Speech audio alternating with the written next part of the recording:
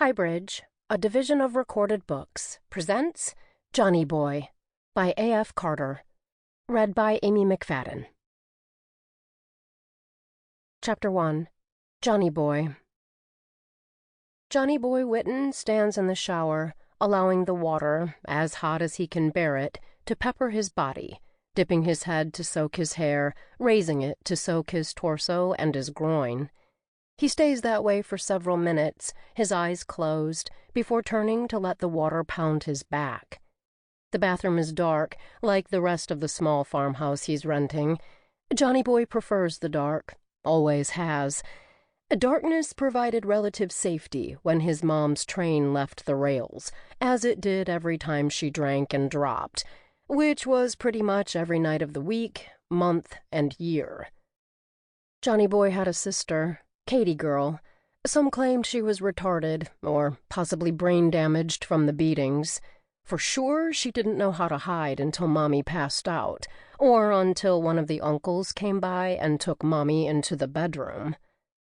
Hidden outside at the edge of the forest surrounding the shack Mommy called a house, Johnny Boy could hear Katie girl's screams. Still can, for that matter. Well, better her than him. Better anyone than him. Johnny Boy no longer calls himself Johnny Boy, hasn't in many years.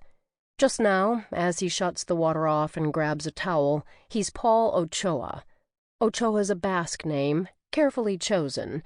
It means wolf, and fits Johnny Boy's self-image nicely. A hunting wolf never stops moving, covering mile after mile, relentless, uncompromising. Here I come, ready or not. And how many miles has Johnny Boy covered over the years? How many states? How many cities? He's kept no diary, no record, and for obvious reasons. But maybe later, after he's caged or killed, which he almost surely will be. There are so many ways a project can fail. A cop happening along at the wrong time, a hidden security cam, a bit of evidence left behind. Eventually, the unforeseeable will close its jaws around the rest of his life, which won't be all that long if he's nabbed in a death penalty state, like this one. The task ahead challenges. Johnny Boy arrived in the little city of Baxter 3 weeks ago, come to commit a murder, which is how he makes his living. Contract killer wasn't a profession he sought, but over the years he's become a thorough professional. These days, a double cutout protects his identity. The buyers contact a facilitator named Braulio Montez, who contacts Johnny Boy's agent, a man named Saul Cohen. Neither the first cutout nor the client, or even Saul Cohen, knows Johnny Boy's real name or the name he's currently using. Saul's knowledge is limited to an email address in Malaysia and an offshore account in the British Virgin Islands. Johnny Boy accepts about half the contracts that come his way, but has few absolute rules beyond no cops, no children. And the why, the motive, doesn't particularly interest him. He likes killing things, always has, and the pay more than keeps him in groceries. It frees him to pursue his other interests, though murder figures into both, into the business, into the pleasure. This latest job, the job that's brought him to the little city of Baxter, included a wrinkle. Johnny Boy has a recent photo of his target, but knows only that Theo Diopoulos migrated to Baxter 3 months ago, along with several thousand others, seeking work on a Nissan factory in the early stages of construction. If he's to be killed, he must first be found. Johnny Boy steps out of the shower and towels off. He dresses quickly, adding a bomber jacket to jeans and a t-shirt, before leaving through the back door. Behind him, on the other side of the house, Baxter's lights are strong enough to cast a faint, distorted shadow of the house over the soybean field before him. Johnny Boy entered the city only days after a particularly bountiful harvest. The last harvest, apparently.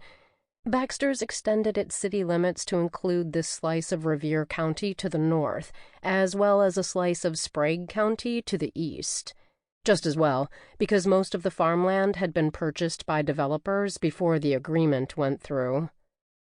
Off to Johnny Boy's left, a sickle moon barely penetrates the lacy sweep of the stars, leaving the Milky Way to run from horizon to horizon, like the ghost of a rainbow. Johnny Boy grew up on the Florida Panhandle, out in the boonies. He'd spent many a night away from the shack his mother called a house. Not stargazing, exactly. Johnny Boy fancied himself a hunter, and his slingshot weapon, the hammer of Thor. He stalked rodents for the most part, but also owls perched statue still on branches, and raccoons who rose up to examine the intruder, maybe imagining that 30 yards was sufficiently distant to ensure their safety. It wasn't.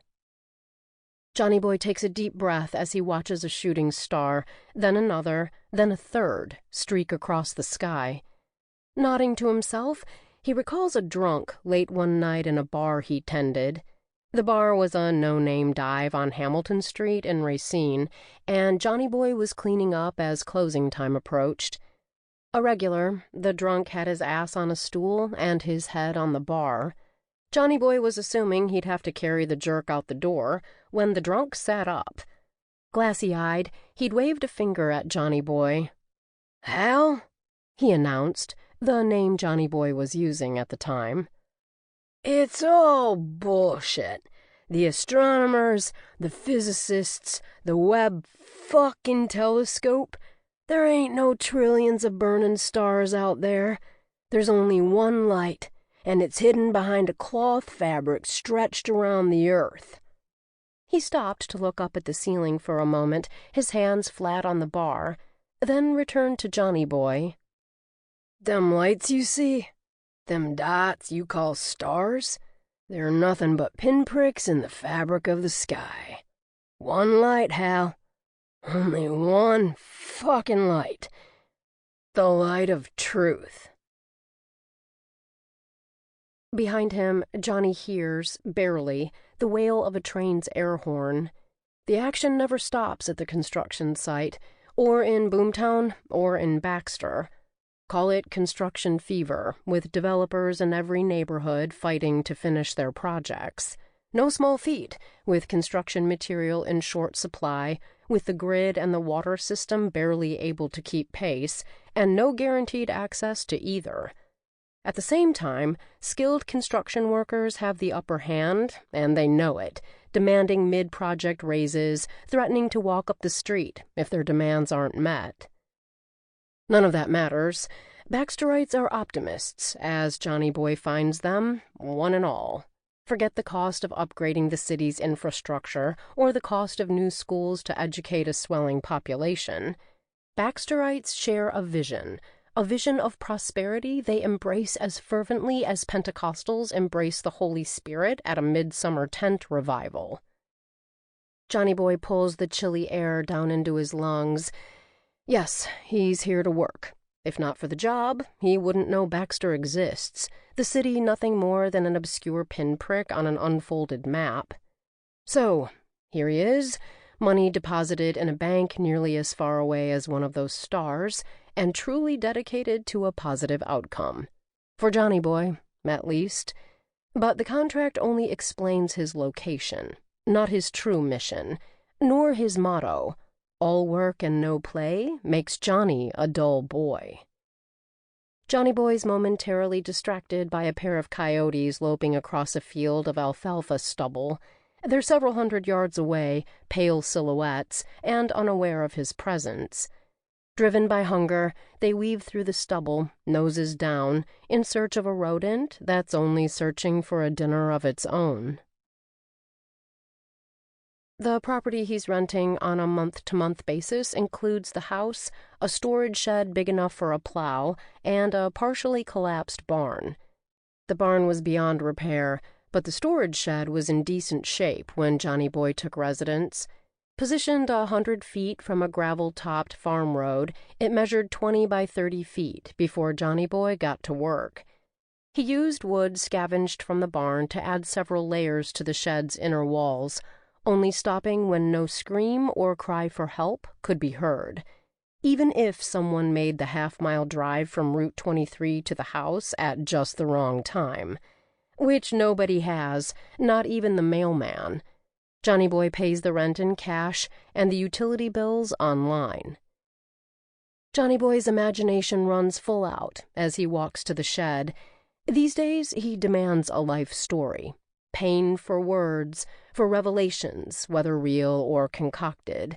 That's the promise, though he never adheres to his end of the bargain. He doesn't have to, because they go on, despite his lies, proving, he supposes, that hope springs eternal. Or maybe not, because in the end they fall into a stupor, failing to react despite his determined efforts. They're alive, yes. He can watch their chests expand and contract, feel their hearts beating beneath his palm. But they're no fun at all. The boy in the shed is imprisoned by a cable that runs through the wall to an eye bolt on the shed's exterior. Inside, it feeds into a leather cuff secured around the boy's wrist by a combination lock made of molybdenum. This arrangement allows the boy quite a bit of free movement, enough to put up a fight. The boy's name is Case Dixon, 15, but small for his age. He couldn't have weighed more than 120 pounds when Johnny Boy came across him, stoned out of his mind at 3 o'clock on Saturday morning, his back and head resting against a tree. It took Johnny Boy less than 20 seconds to get him into the van, so gentle the boy did little more than groan. Johnny Boy uses a key to unlock the door Case Dixon can't quite reach. Last time, the boy came at him with a piece of board he'd somehow torn from the wall. Stupid, really, because even if he succeeded in killing Johnny Boy, the cable would hold him prisoner until he starved or died of thirst. Stupid also, because Johnny Boy outweighs him by more than 100 tightly muscled pounds. As a teen, Johnny Boy spent hour after hour in his foster father's weight room, and that's when he wasn't taking classes at his foster father's MMA studio. But diligence be damned, he'd never acquired the sculpted body he liked to imagine. He'd thickened, instead, in the chest, neck, arms, and thighs, a refrigerator with legs and the power of an NFL lineman.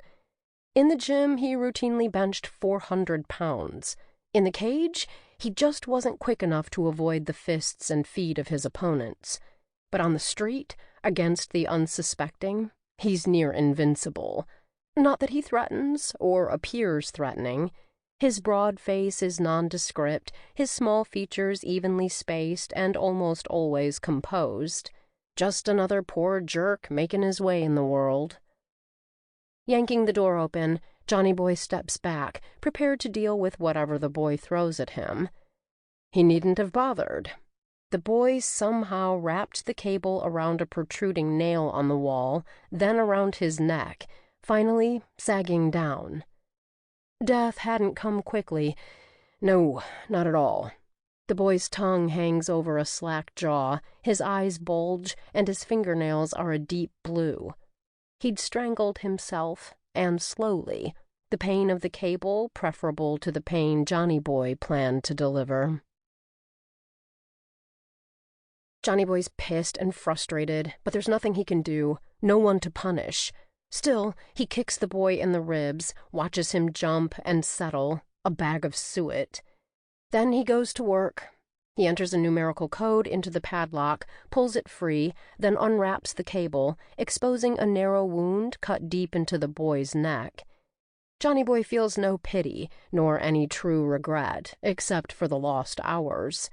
He grabs the boy's heels and drags him out of the shed, across the mix of grass and weed that covers the yard around the house, all the way to the barn. Disposal is a crucial part of Johnny Boy's calculations. If at all possible, bodies should never be found, and Johnny Boy's located a dumping site in Sprague County. Unfortunately, dawn is on the way, a dim glow on the horizon. The shift change at the Nissan site is only an hour away, and he needs to get to the bar he tends.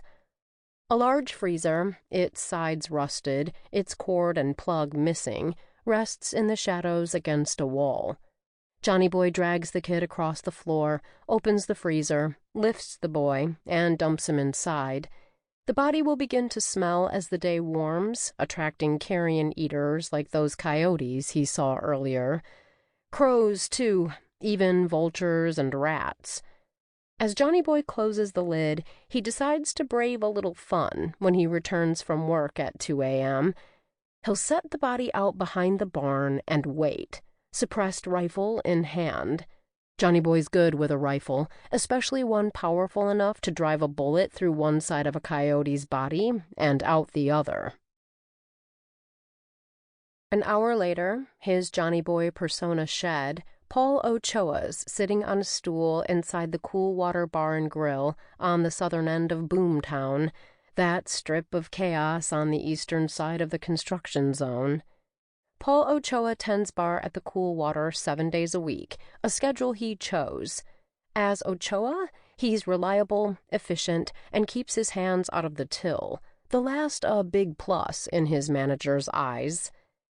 The Cool Water's a drinker's bar, designed to accommodate ordinary working men, usually content with a shot or a beer, or both. That's good, because Paul Ochoa's not a mixologist, or anything close to a mixologist. If pressed, he can put together an old-fashioned or a Manhattan, even a half-assed martini. But Moscow mules, mojitos, he'd have to consult a recipe book. Paul Ochoa's come to the Cool Water, a bare-bones storefront business, ostensibly to get the bar ready to open. That's what he'll tell the Cool Water's manager, Matt Browner, if Browner shows up, which he rarely does. The bar's a small fish in Matt's pond, one of the reasons Paul Ochoa likes the job. The rest of the staff, 2 women, will arrive 10 minutes before the bar officially opens. They're never early, which allows Ochoa to sit, as he is now, on a bar stool tucked in the shadows behind the front window, pressing a pair of self-focusing binoculars to his eyes, relentlessly sweeping the Nissan's worker entry gate as the workers pass through, looking for Theo Diopoulos, who's yet to show his face.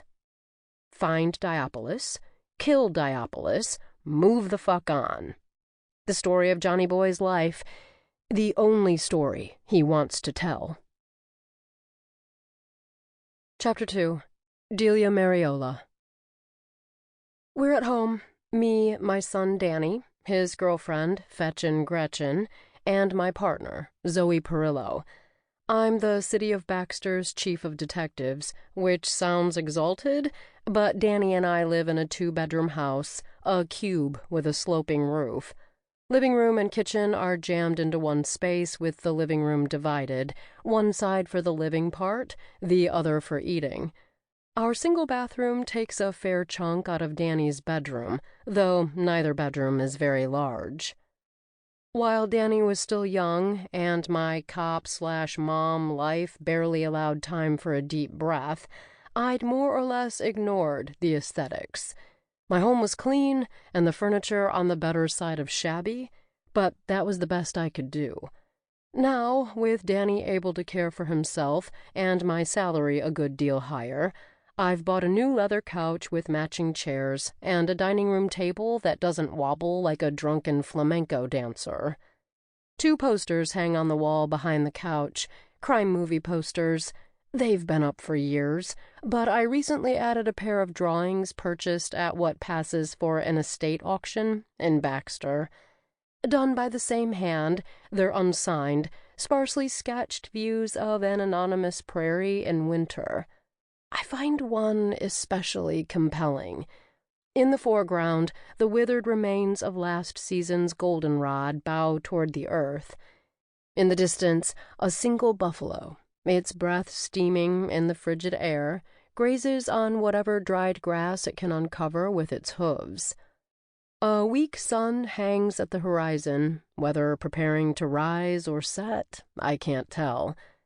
Surely intended by the artist, the scene speaks to perseverance, to patience, to endurance. But maybe not intended. I sense a dogged, unrelenting loneliness that mocks the noise and bustle of my city.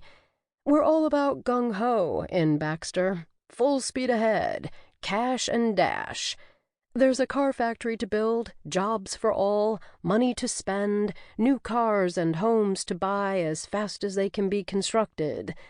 What's infinity compared to all that?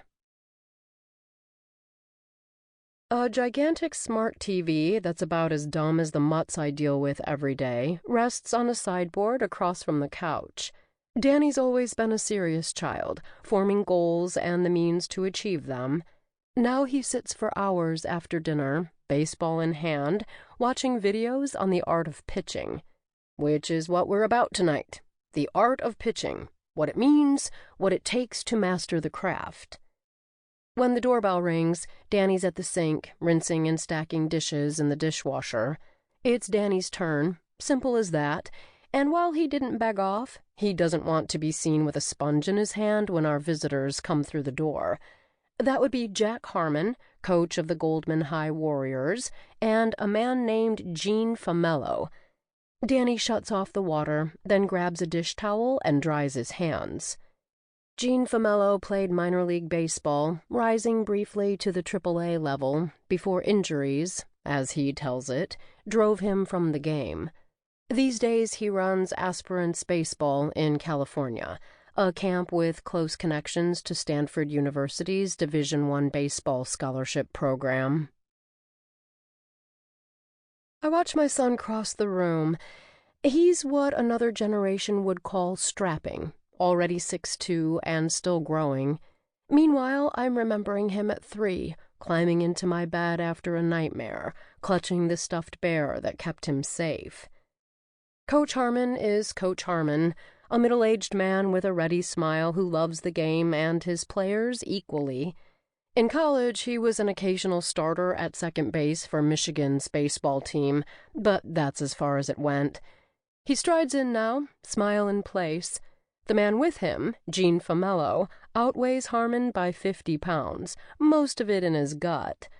A role model he's not. Yet between the twinkly blue eyes and firm jaw, he projects a casual confidence that reminds me of a criminal defense lawyer before a jury.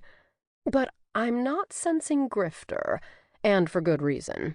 After the appointment was made, I assigned one of my cops, Clyde Norman, to research Aspirants Baseball. As Baxter's police department has expanded, some of our veterans have demonstrated unusual talents. Clyde's our data czar. Marriages, divorces, deeds, taxes, lawsuits for and against. If it's there, Clyde will find it. According to Clyde, Famello's camp is well known and well respected, and fully booked by late April. He doesn't need our money. Introductions are made and hands are shaken. This afternoon, Danny worked out for Coach and Famello. The session was private, and I was not invited. "What you have to do, Mom, is go with your stuff," Danny had explained over breakfast. "Whatever you have, you have. You can't wave a magic wand and suddenly get better." Now we'll find out whether Danny's stuff met expectations. I'm serving coffee and an assortment of mini pastries from a new bakery, Cunning Confections, one of 4 to open on Baxter Boulevard in the last 6 months. There are strawberry tarts, Napoleons, lemon meringue mini pies, and tiramisu cups, all bite-sized and neatly arranged. They lie on a platter next to a pot of coffee, French roast. I'm half expecting Famello to offer some unctuous comment about the house, or even how much he's enjoying our little city.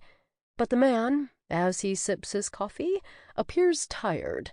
He's come to Baxter on Coach Harmon's suggestion, but only because they played college ball together.